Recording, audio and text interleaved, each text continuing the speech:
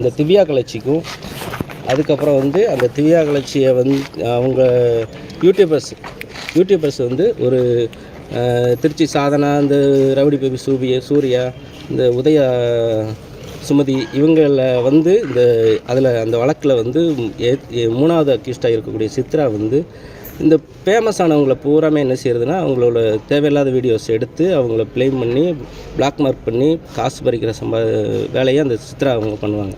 இந்த இதில் திவ்யா கலர்ச்சியை அவங்களுடைய மார்க்கெட்டை குறைக்கிறதுக்காக அந்த வழக்கு ஒரு வீடியோ க்ரியேட் பண்ணுறதுக்காக என்ன செய்கிறாங்கன்னா, அவங்க சிறுவத்தூரில் இருக்கிற அத்தியோளத்தில் கார்த்திக்குங்கிற ஒரு அக்கா வீட்டில் வீடியோ எடுத்துக்கிட்டு இருக்கும்போது இங்கே வந்து அங்கே உள்ள சிறுவர்களெல்லாம் ஒன்று சேர்த்து அந்த சிறுவர்களை வந்து நீ திவ்யாவை எதிராக நீ வந்து ஒரு வீடியோ நான் சொல்கிற மாதிரி நீ செஞ்சேன்னா உனக்கு அதிகமான செல்ஃபோனு மற்ற பைக்கெல்லாம் வாங்கி தரேன்னு சொல்லி ஆசை வார்த்தைகளை பைகளை சொல்லிவிட்டு அவங்க இருவரும் அந்த வீடியோ வந்து போலீஸ்க்கும் எனக்கும் தான் தெரியும், வேறு யாருக்கும் தெரியாது.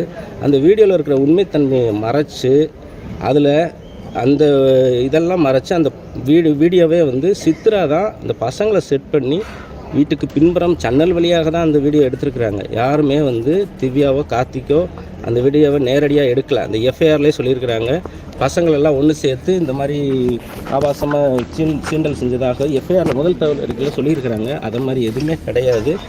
அவங்க எடுக்க சொன்னதாகவும் அதுக்கப்புறம் அந்த பையன் ஜன்னலில் இருக்க வீடியோ கண்டுபிடிச்சதாகவும் சொல்லியிருக்காங்க. அது கிடையாது.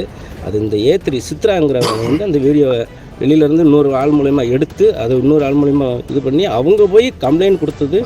அதன் பிறகு தான் போலீஸே உண்மை என்னன்னு கண்டுபிடிச்சி அதுக்கப்புறம் சிறுவர்களை பூரா விசாரிக்கும் போது உண்மைத்தன்மை என்னன்னு தெரிய வந்து அந்த சித்ராவையும் அந்த வழக்கில் அக்யூஸ்டாக கொண்டு வர்றாங்க. இதில் நாங்கள் இந்த வழக்கில் என்ன சொல்ல வர்றோம்னா, வீடியோவில் இருக்கிறது வேறு, அந்த இவங்க முதல் தகவல் சொல்லியிருக்கிறதும் வேறு.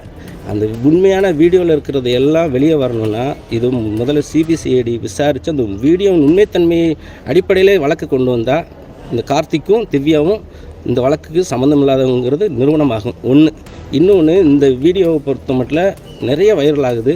யூடியூபர்ஸ் நிறையா வந்து கார்த்திக்கும் திவ்யா கலர்ச்சி இருவரையும் வந்து அவதூறாக நிறைய பேசுகிறாங்க. அப்படி எந்த இதுவுமே இல்லை. இந்த வழக்கு வீடியோ மட்டும் பேசுகிறேன், மற்ற வீடியோ பற்றி நான் பேசலை.